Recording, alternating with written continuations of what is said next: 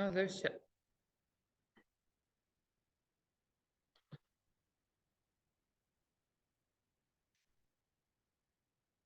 Hi, Chip.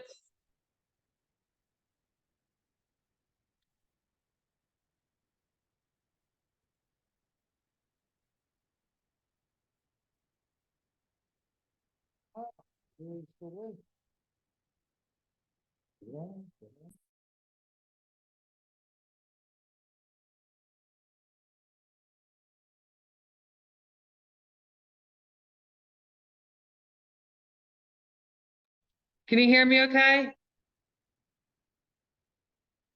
How about me? Perfect. You can't see.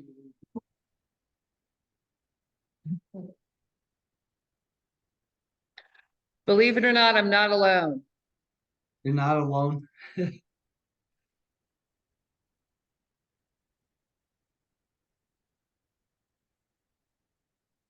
Two.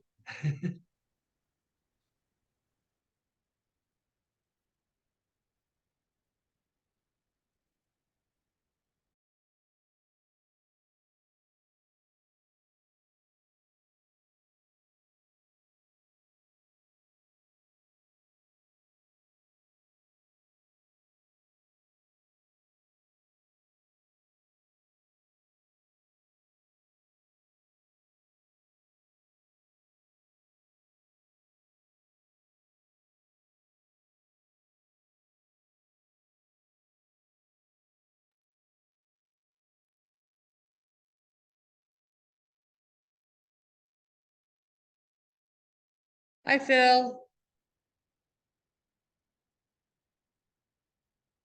Hello.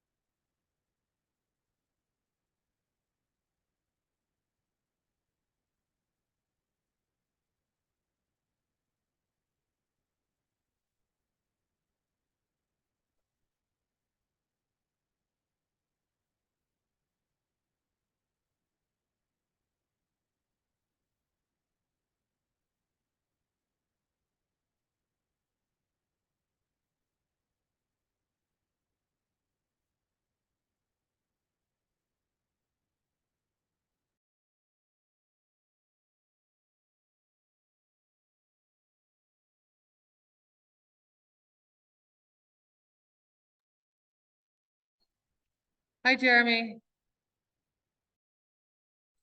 Hi.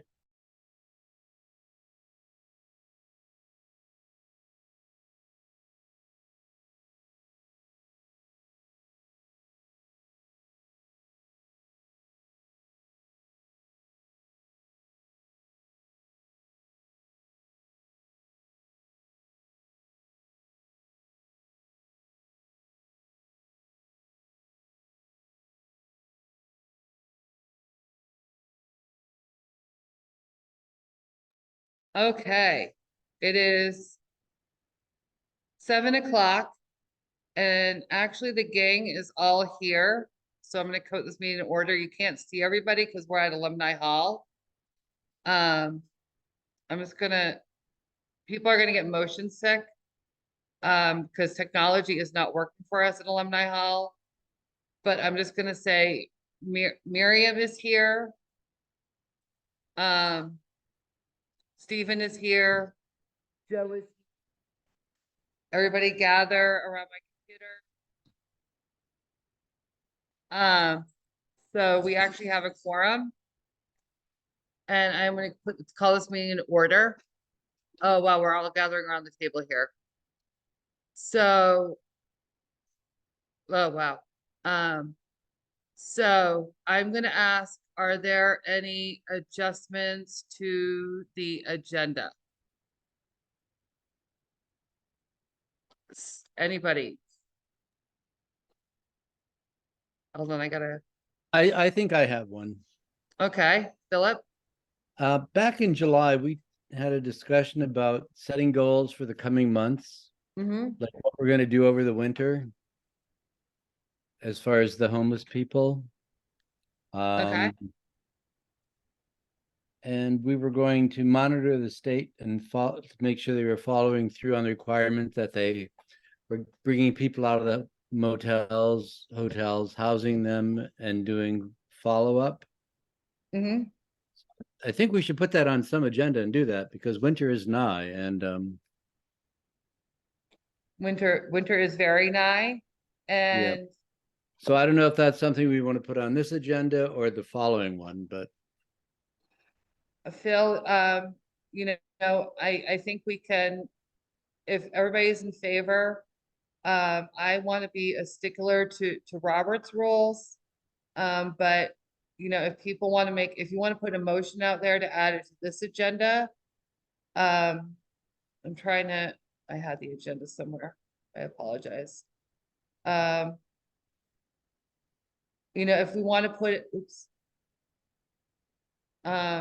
If we want to add it to put it at C, add it to C and move D. Add other updates to D, I think that's fine. Do you want to make that motion? I do. I'll second. Oh, I'm sorry, who is the second? Thank you. I was looking down, writing this out. So yeah. What's C? C was other updates. So the motion would be something about Do you just looking want to, to add to the agenda the item of what you just said and treat it as a separate item on the agenda. We're allowed to modify the agenda. I was just looking for a place to put it, but we could do that. Wherever you want to stick it, Phil. Okay, yeah. I have no preference. Okay, So- let's just move it to D. Okay. And all in favor? Aye. Okay, we'll add it to D. We'll call it goals. Monitoring. Yep. So be formulating a plan for the winter and monitoring the state on how they're following through on the promises they made back in July. Okay, Would you accept Okay. the wording?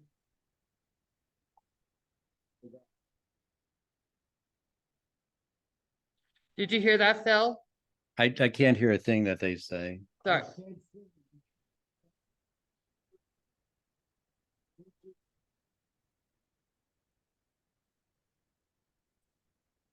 Would you accept winter plans for the homeless?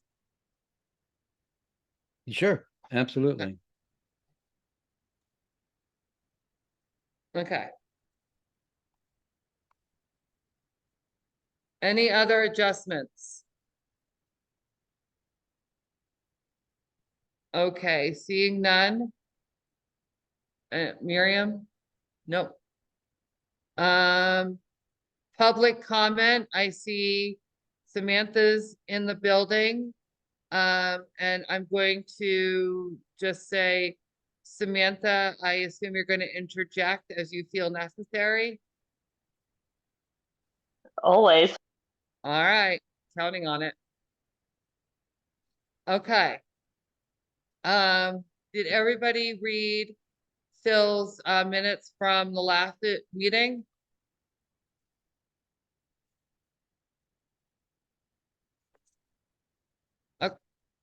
Okay, so Stephen suggests we move. I'm just gonna be a translator here, an interpreter, if you will. Stephen makes a motion to move the minutes. Miriam seconds. All in favor? Aye around the table. Okay, we move those minutes. Yay. So new agenda updates. So everybody hears that we have a flood hub in Barre. Brooke, I'm gonna put you on the spot for that. And I know it's, you're on top of that, correct?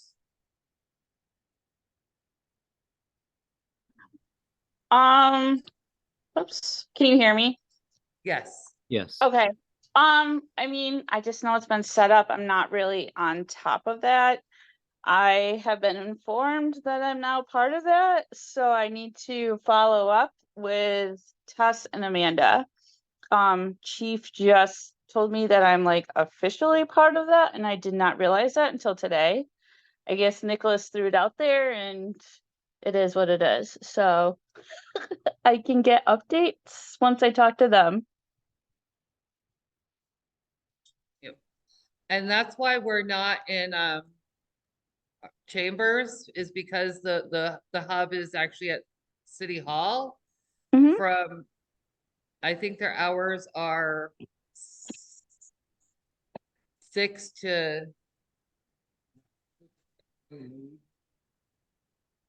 yes, Station and City Hall, and the primary person to deal with is Pamela Wilson. She is basically the person administering it. Because Amanda's plate overfloweth. And that's all I know about it, is what I've read on Front Porch Forum. Okay, and I honestly have think- never even heard Pamela's name before. Oh, I hate this. Okay, so I guess she's the one I'm connecting with. and I've heard it's run primarily by Pam Wilson and Sean Trader. And from my understanding, it's run by volunteers, and they're doing mostly FEMA outreach. But the reason why I put it on the agenda is I'm wondering how much they're doing with homeless outreach.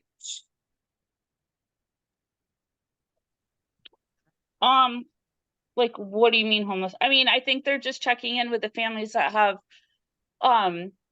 like Austin, stop. Like they have oh my God, sorry. The people that FEMA has already reached out to and they're on FEMA's list. I think those are the ones that are following up. I don't think they're just random people coming in and checking in like our homeless people that we've had in the past. So I think it's kind of being addressed as two separate things, honestly. I agree with Brooke. I think that their only focus on homeless are those homeless who have been created by the flood, and therefore are eligible for FEMA assistance. As I understand it, I don't understand it very well. That's how I understand everything so far. Yeah. Okay, so that's a lot, I just want, that's why I put it on the agenda, because not a lot of people know about it and not a lot of people understand it. And if folks are coming in to service agencies asking about help, it's good to have the word out there and know what it's about, because there's not a lot of information about it. And people are coming and asking about homeless activity. And it's not a homeless resource, so.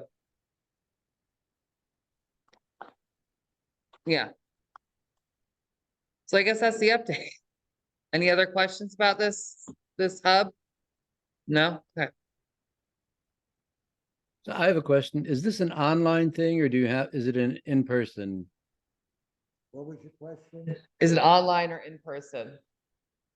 I believe it's in person, Okay, thank you. and I'm looking at it now.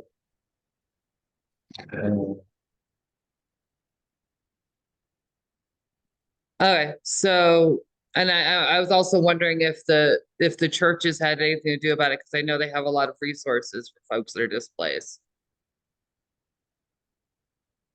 because of the flood. So anyway, I guess that's good to know. I just like to be informed about what's going on for the homeless folks. So yeah, moving on. Oh, a little bit faster than I thought. So I guess we'll go to police response to homeless complaints. So there's people saw the letter that was addressed to Brooke and Police Chief Vale about some complaints for the homeless in Barre City in regards to the homeless in Barre City. And I'm going to, they saw that, and there was also something that happened recently in regards to that I did not address with Brooke and I did not address with Chief Vale. And it happened, and this was not hearsay. This is something I witnessed with my own 2 eyes.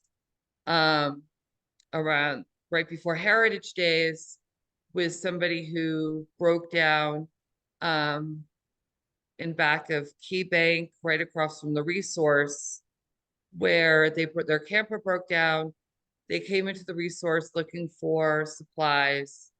They were directed to Capstone. They went to Capstone. The next thing that happened was 2 police cruisers were at their camper, and they were told that if they did not move their camper within the next 15 minutes, their camper would be towed away. And they explained that they were at Resource trying to get gas vouchers to move their camper. And the officers said that they had to leave. And they came back to Resource crying. And then I said I would go out and talk to the police officers because I knew who they were. So that happened, and this was after the communication with Chief Vale and Brooke, saying that people were not harassed, and to me this was people trying to explain they were just trying to get services. So what it was just horrendous. These people were trying to get services. They explained their situation, and they were told they were going to get towed if they did not move their camper. In hindsight, yes, it didn't look like they were parked illegally, but again, they were broken down. They could not move. They did not, in my opinion, again, I am just a civilian. They were polite to the police officers. I was polite to the police officers. And they were explaining their situation. So this is why this is coming to a head to me, that what people are telling me, and people are actually being harassed by police officers. They have to move. They're so it comes to, what do we do now? Is this something we want to take up with police? Is this something more training we want to have police officers do? Is this more or am I just being very personal with this? Stephen.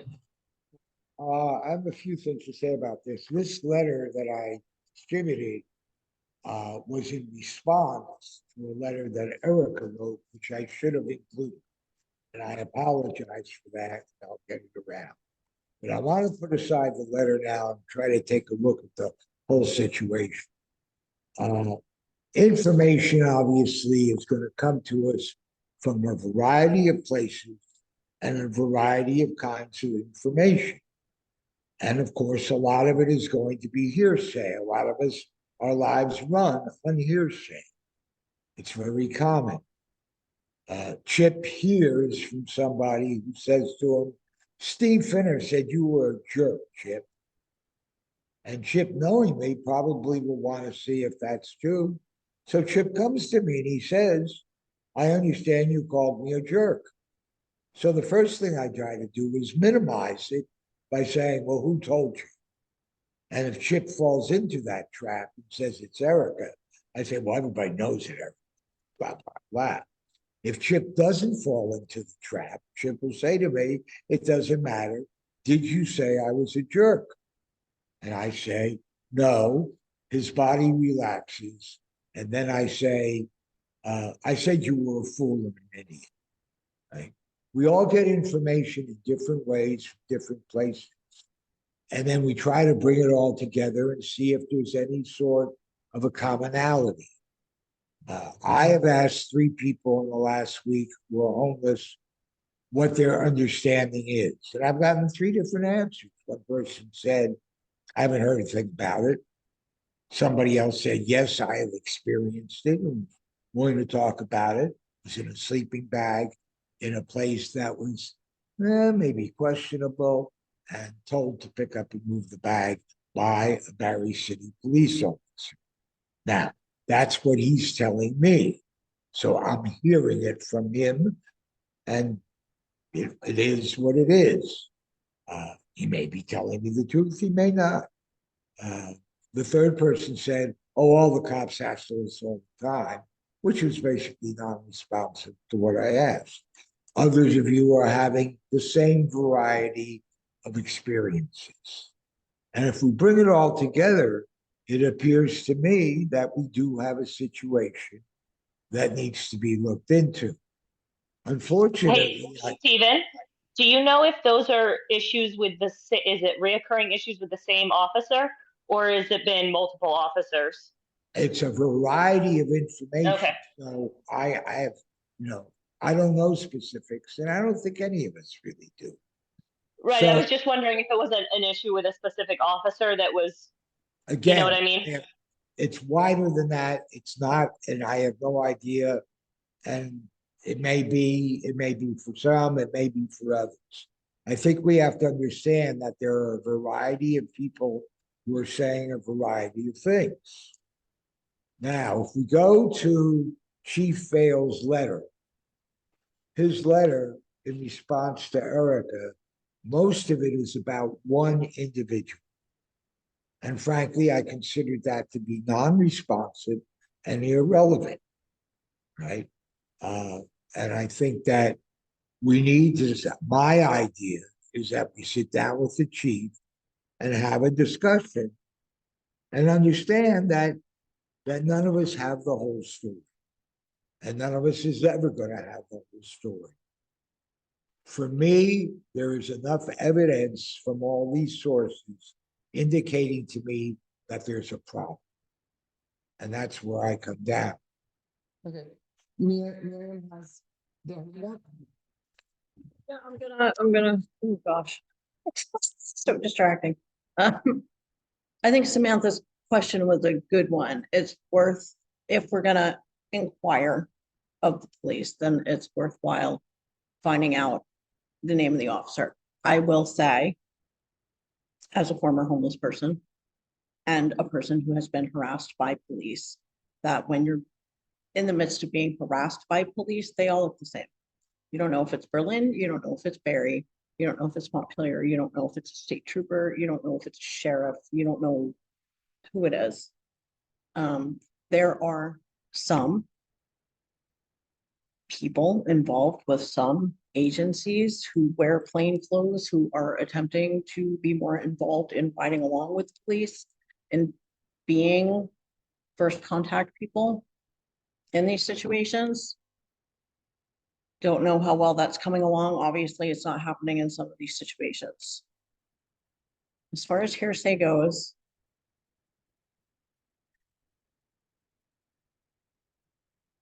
there's a lot of misinformation that passes around the community on all sides. So I think there are instances where people are being harassed. Some of those instances may involve police.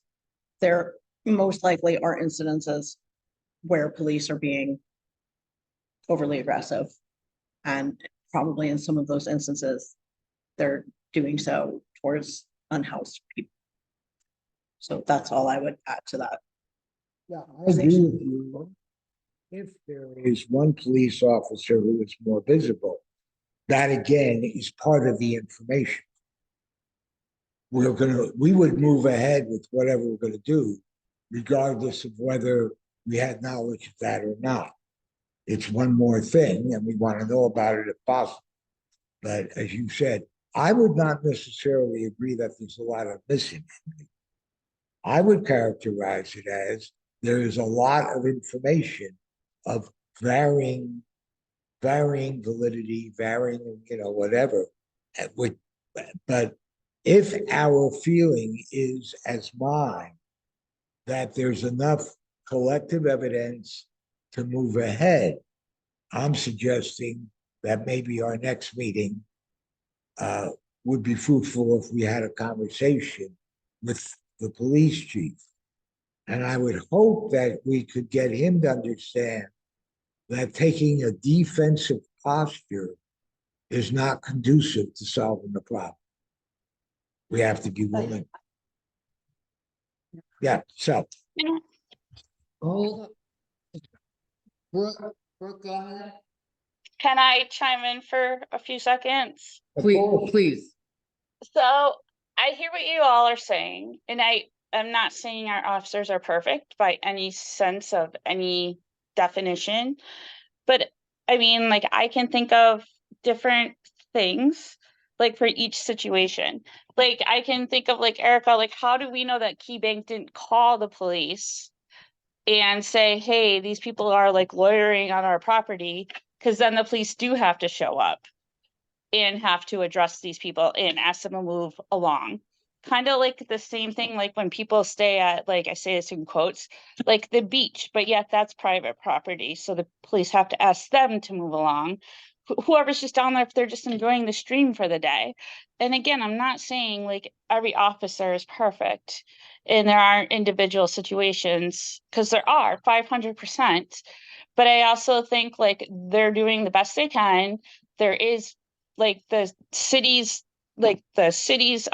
standard on camping in the city is that there's no camping.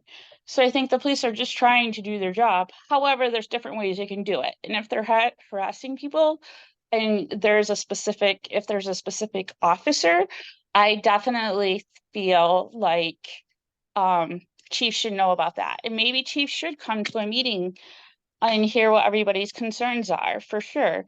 Because I mean, I just feel bad because I feel like for every story that people have, I probably could have a different one of like where the officers have gotten me and said, hey, this person, like whatever, like we all could trade stories back and forth, and it's not about that. It's about trying to treat people humanely and making sure that they're just being treated as people. And I get that. But I think, I don't know, I just feel like sometimes the police's hands are tied. And I mean, all I can think of is, again, not trying to argue with everyone. And I understand that I do work for the police station and everyone of course, expects me to stick up for the police. But I mean, again, I think for every story you guys have, I think I could have a story as well. And we also don't know the background situations of each story. And if they had a bad interaction with an officer, then everyone is bad. And I mean, there are some people that feel that way and so on and so forth. So, I mean, I just think, what if we do have chief come to a meeting and just let him hear all the concerns, and then he can address them. And if there is a specific officers, then maybe like that is a training opportunity. Just that's my 3 cents. I think that makes a lot of sense. I don't think we have to reach conclusions about I'm not interested in discussing specific situations. I don't have the knowledge base. I don't want to get into, I think, to repeat, I think there is ample evidence of perception of the problem. Mhm. And I'd like to focus on that perception and see what we can do collectively in a non-confrontational meeting with the police chief. I agree. Okay, so Miriam has her hand up, and then if anybody else wants to speak, we have. Jeremy, I see your hand, so thank you. 1 minute.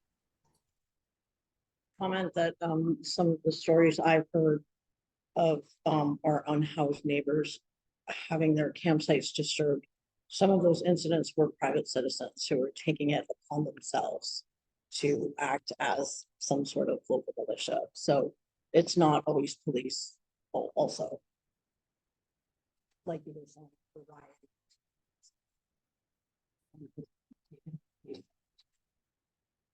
So Jeremy, please go ahead.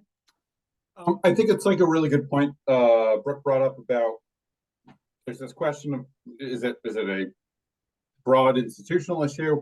Or is it a specific officer or two who is causing these issues? And I'm wondering if anyone has any ideas about how we might identify whether it is a broader or a more specific problem. Like, is there a process available to us to help winnow that down and define the contours of what I think really is an existing issue, but we don't specifically know the source of? And Phil, you have your hand up? Yeah, I'm sorry, I'm not familiar with the letter that you wrote. Could you tell me what was in it? Who are you addressing, me or Stephen? Oh, either one. I mean, Erica, I think you wrote the letter, right?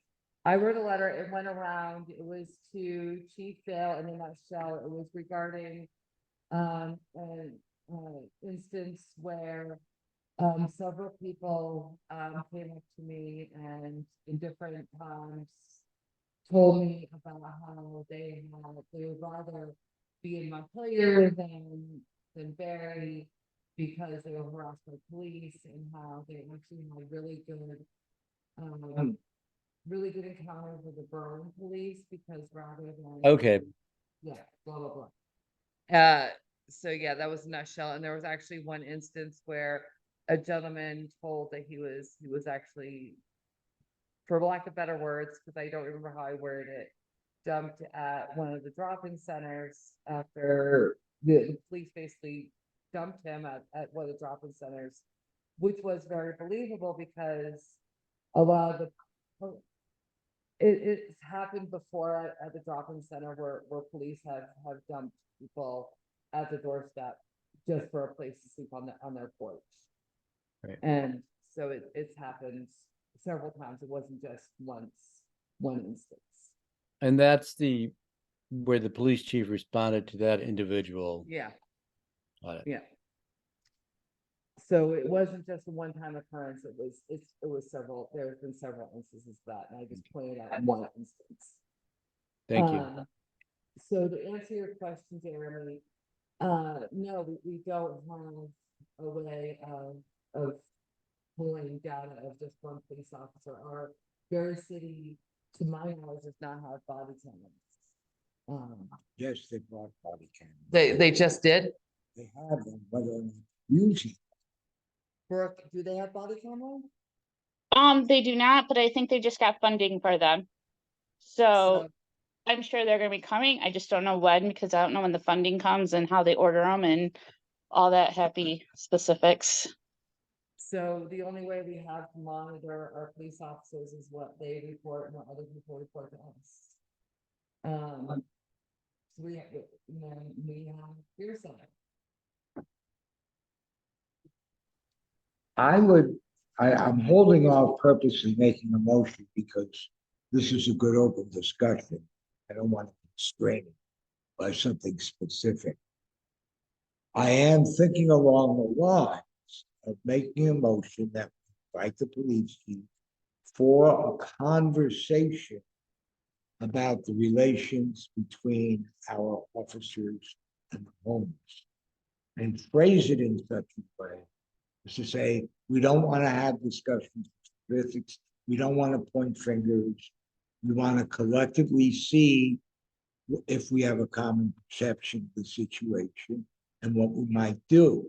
I want to keep the temperature at a minimum because that will make it more possible to have a meaningful discussion.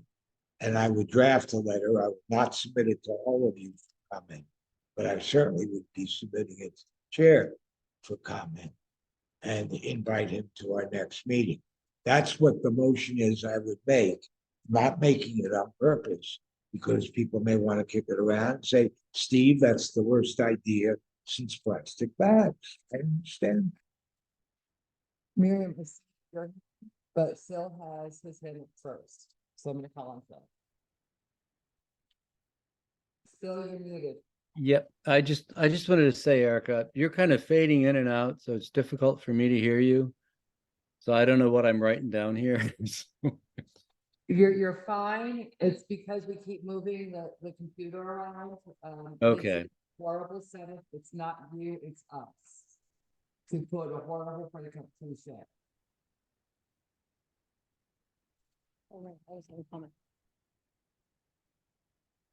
The letter, I don't know, I'm just pointing to it because I'm assuming that's the letter. It's the one that the police chief wrote, if I may.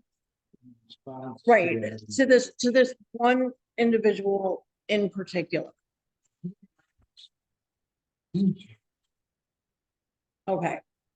So my point is that this letter is about that individual in particular. This is a, yep, it's a very nuanced situation. I'm familiar with this individual. There, again, it goes to the larger question of what's to be done. This is a situation where this person, I can't really speak to my personal knowledge of the situation because it's sort of breaking confidence of my workplace, but first of all, that's problematic, like inviting the police chief here to discuss, oh, what went on with that person. Okay.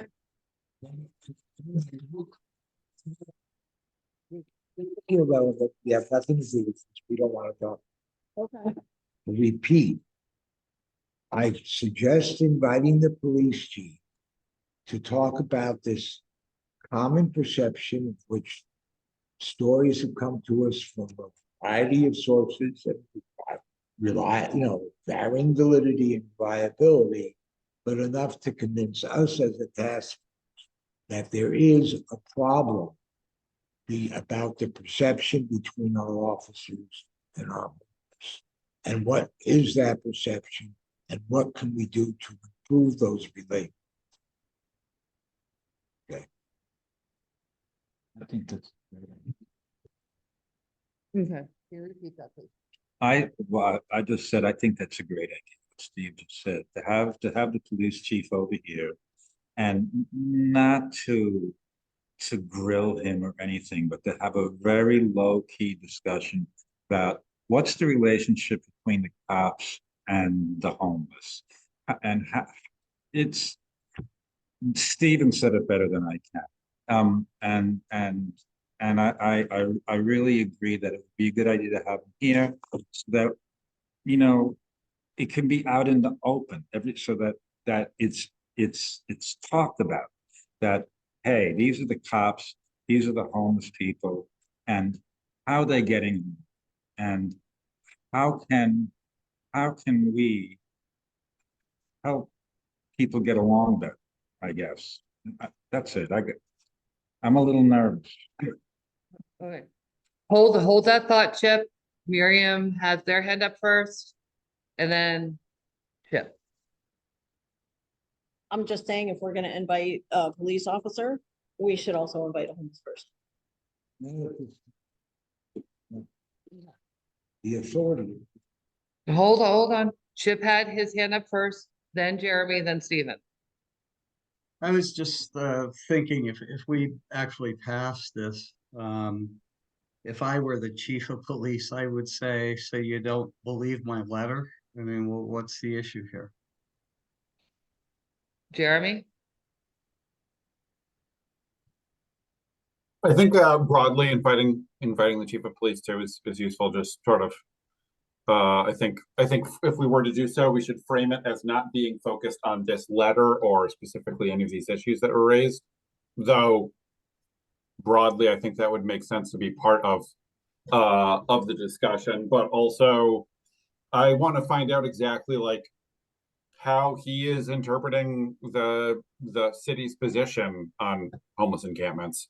How he's interpreting the sort of the amount of discretion and leeway is available to their disposal, and a variety of other things of that nature. And also to just sort of help form a tighter relationship between people in this community and himself, so that he is more interested in taking these concerns seriously, and also, feels sort of like a greater degree of obligation to do so if he's getting, for lack of a better word, pestered by us. So I think there's a variety of ways in which inviting the police chief now over this, in response to, but not specifically over this specific issue, and in the future from time to time, could be a really useful task for this community, that this committee could take on.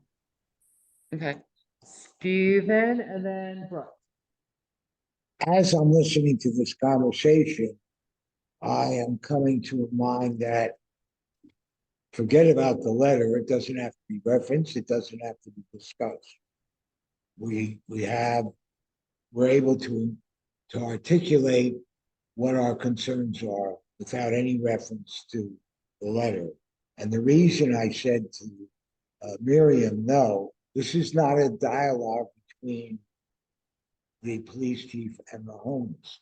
This is our task force, which has the responsibility for administering to the homeless on behalf of the city.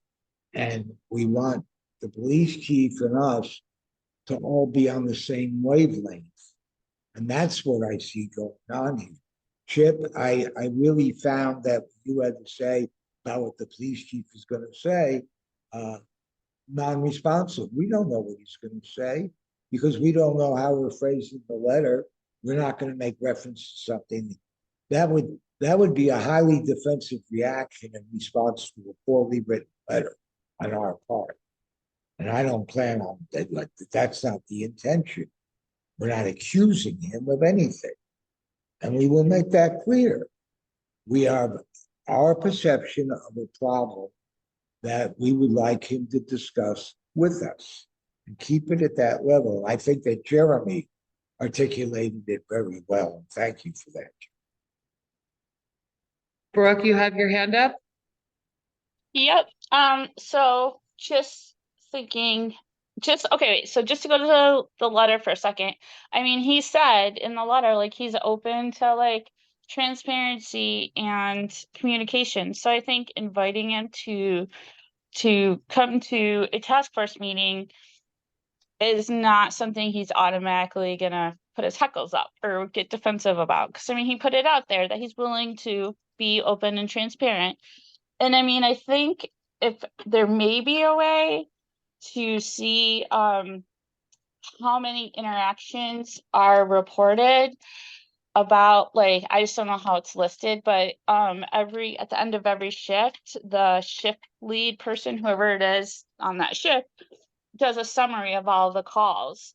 And I don't know how homelessness is raised like because I mean, I've seen like mental health checks and what disturbing the peace and other ones, but I wonder if there's a way in that system, if there's a way to track like when they're coming across campsites or whatnot. But I mean, I do truly feel that Chief would be open 100% to joining a meeting, because he is trying to build I don't know, like a rapport in the community, if that makes sense, but he is trying. So I think he would come. Thank you.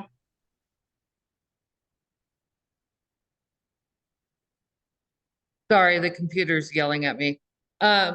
So it sounds to me like, yes, we didn't even take a vote, but there seems to be a consistent theme here. Yes to a meeting. Oh, Jeremy, do you have your hand up? Is that a? Yeah, I just wanted to jump in real quick and say, Brooke, I'd be really, really interested in finding out more about what you were just talking about in regards to if it's possible to pull down that data or keep track of it in any way. So if you find out more, I'd love it if you could let me know. Okay. Actually, that's sorry, Brooke, I just interrupted you. That's why everybody was throwing pens at me, because I made a note of that as well. Okay. Yep. And I definitely, sorry. So No. I can reach out to him and ask him like what that looks like, if that's even possible, because again, like I know what I've seen on the reports. And I mean, there's never been a, went to a campsite. Like I haven't seen that, but I wonder if there is a way, or even if we start tracking that going forward. Right, or Just- even if there's like a taxonomy of like a key word that they use.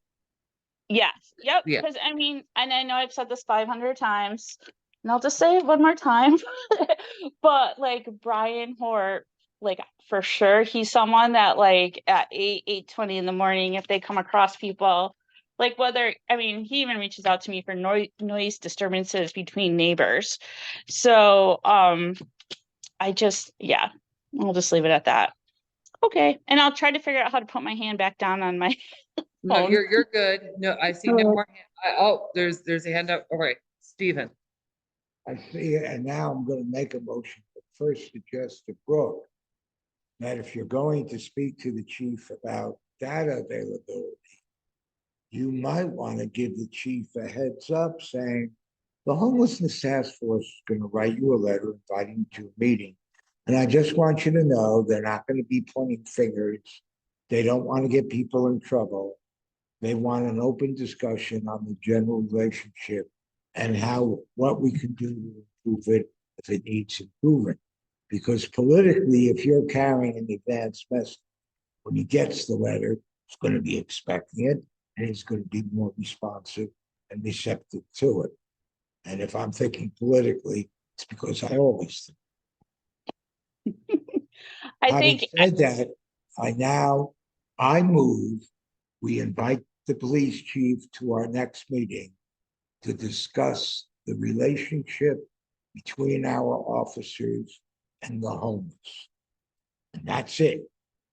No judgment is being made in that invitation, just to discuss the relationship. So Joe seconded. Seconded, if nobody heard that. So there's a second on the table. All in favor? Any discussion?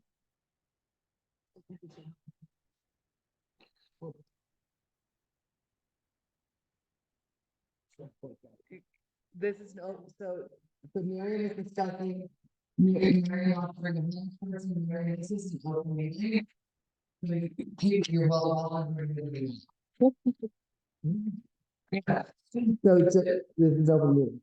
They may not be able to engage in dialogue. Sure. Anyway, but yeah, you welcome. Yeah. All right, all in favor? Aye. All right. Passes. Bill, do you have your hand up? I do, just so I have the motion correct, it was invite the police chief to the next meeting to discuss the relationship between police officers and the homeless. I will write it up for you, Phil. And Joe was the second? Joe was the second. I will write it all up, Phil, and send it to you. Okay. Yeah, I think I That took a long discussion, and just a reminder. Oh, I think did we lose people? We lost Sam. This is an open meeting, so if folks want to invite whomever, that is fine. Oh, there's Sam, we lost Sam. There's Sam. This is always an open meeting, so if people want to invite whomever, you're welcome to it. Are there any other updates? Oh, other updates. I attended first Wednesday in September the annual meeting of Vermont Interfaith Action. Vermont Interfaith Action is a statewide advocacy organization whose members come from a variety of faith communities in Vermont and focus on issues of concern. One of their task forces is called the Task Force on Housing and Homelessness, of which I am a member. We are arranging meetings right now between representatives of that task force and key legislators to talk about what they see coming forth for housing legislation and homeless related legislation in the next term of the legislature. The reason I'm giving us that information is there is no doubt that there's going to be stuff passed which impacts us, impacts our office, and would impact the sort of things that we may do. So I think it's healthy for us to be aware of what's going on in other venues in the same way that Erica is always sitting on meetings of the Montpelier Homelessness Task Force. Same idea that we're keeping each other informed as best we can. And Phil, you'll be interested to know that your pastor is a very active member of the group and a very active member of the task force. So I'm basically just giving you information of other stuff that's happening that may be of interest.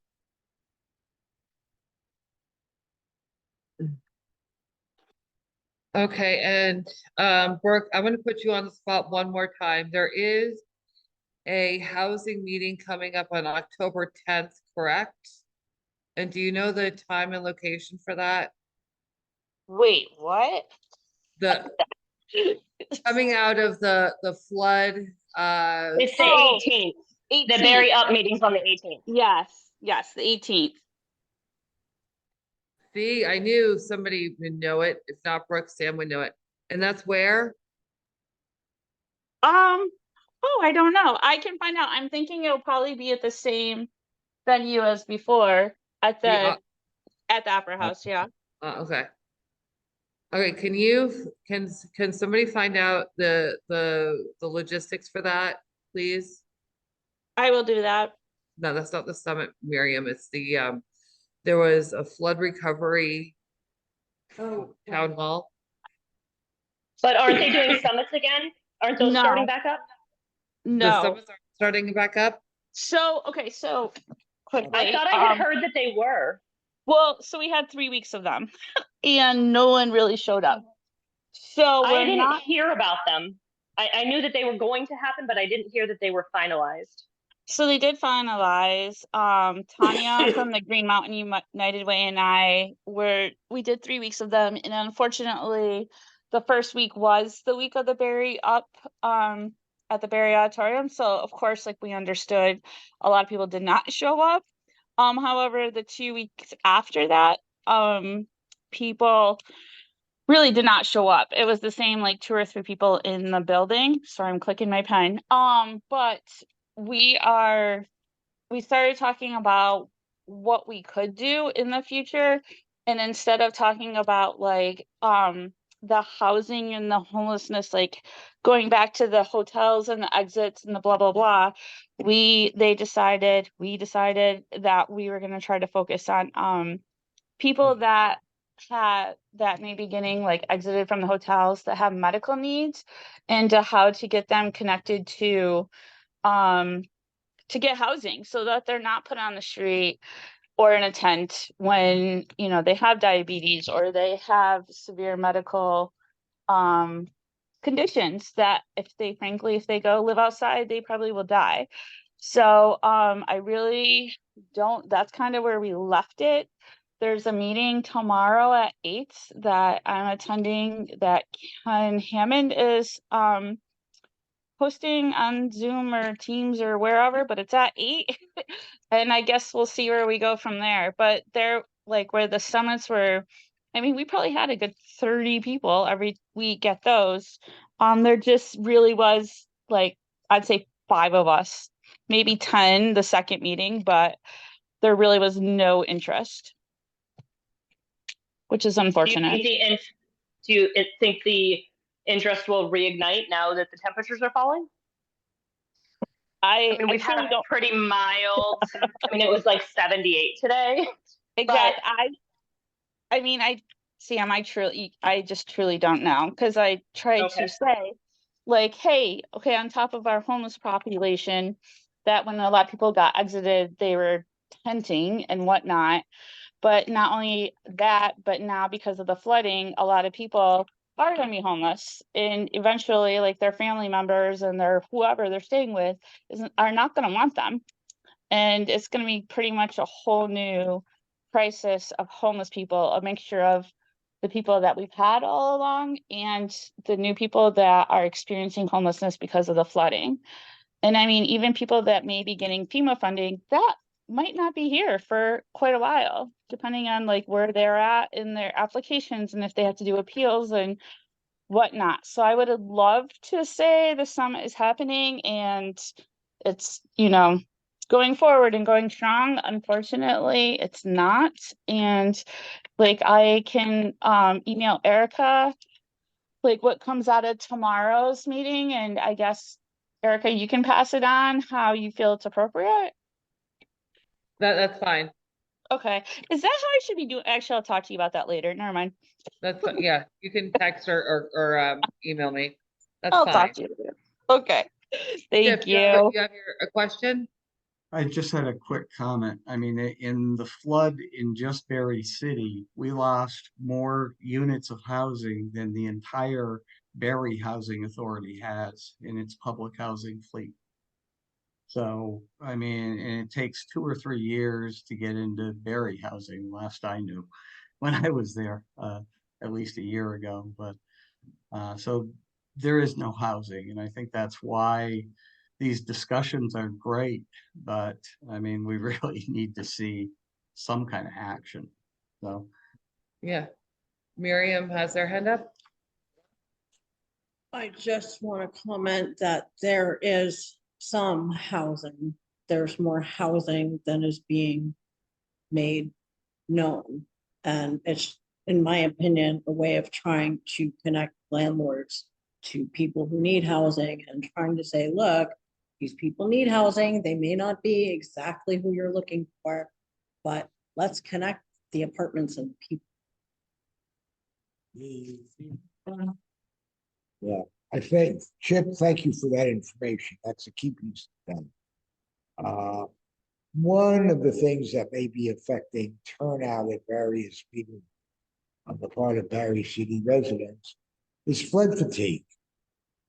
It's been, we're all tired and a lot of this is be ongoing.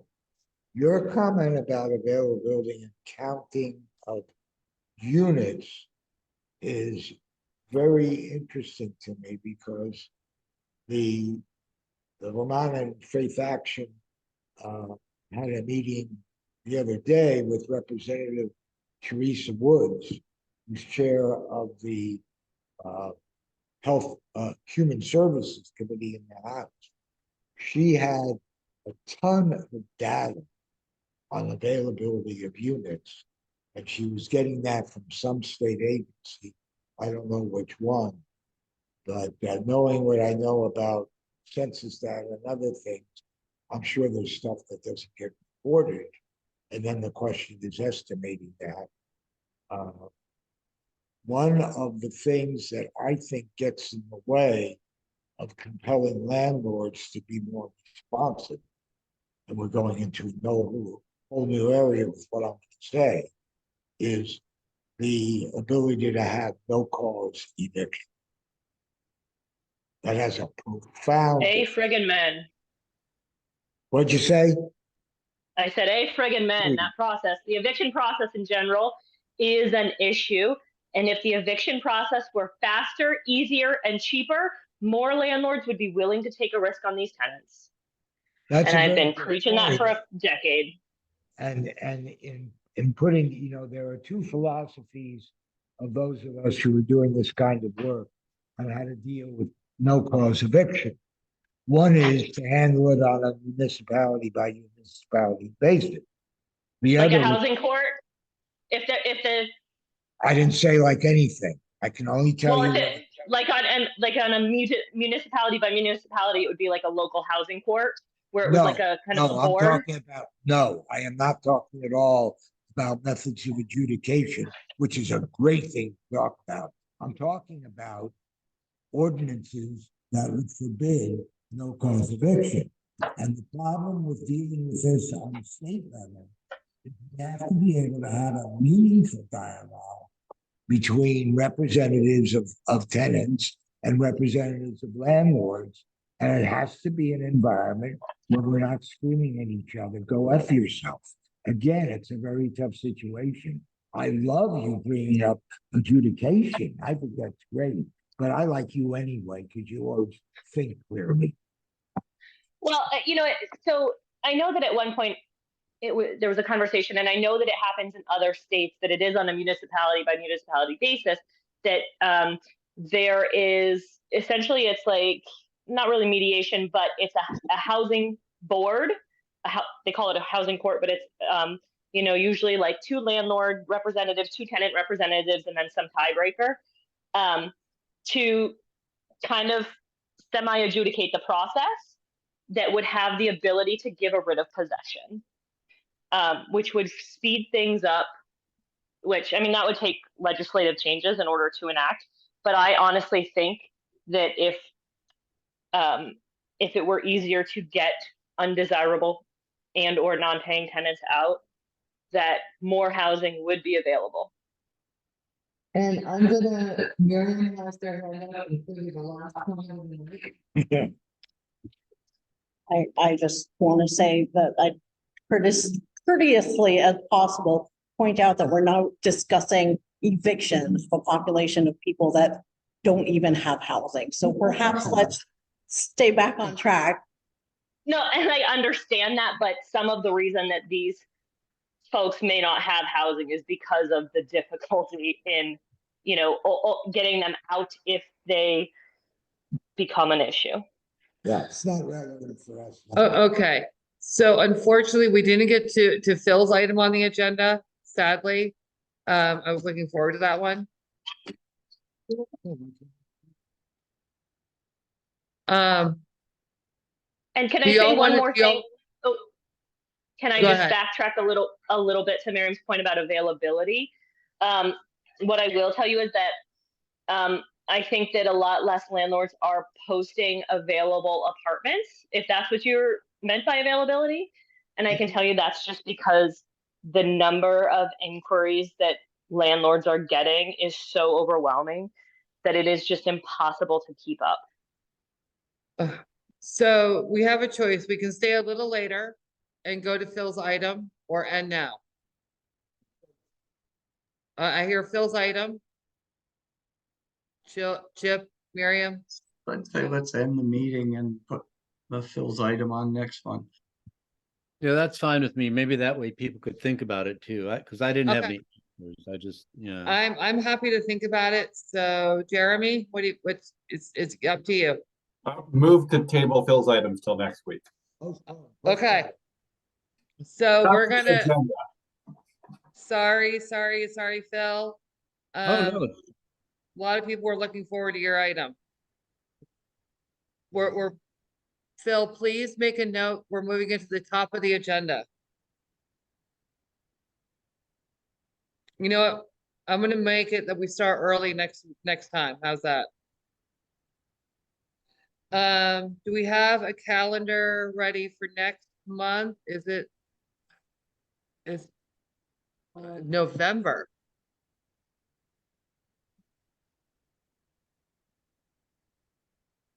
It's first Wednesday? That would be Okay. the 8th. For first, we're gonna start at the crack of 6:30, so we can do this first and then prep for the police chief. 6:30 on the 8th, did you say? The first, number Oh, one, Wednesday. Oh, I'm sorry. Oh, right, First yeah. Wednesday of the month. we're gonna start at the crack of 6:30. Okay. We don't know where it's gonna be. They keep moving us around. And we roll with the punches, because that's what we do. We're a tough committee. All right, y'all. Thank you all for what you do. Please get some sleep. Enjoy this warm weather. We have it. Thank you. Take Good night. care. Everyone. Bye, everyone. Bye, Night. everyone. Bye. Bye-bye.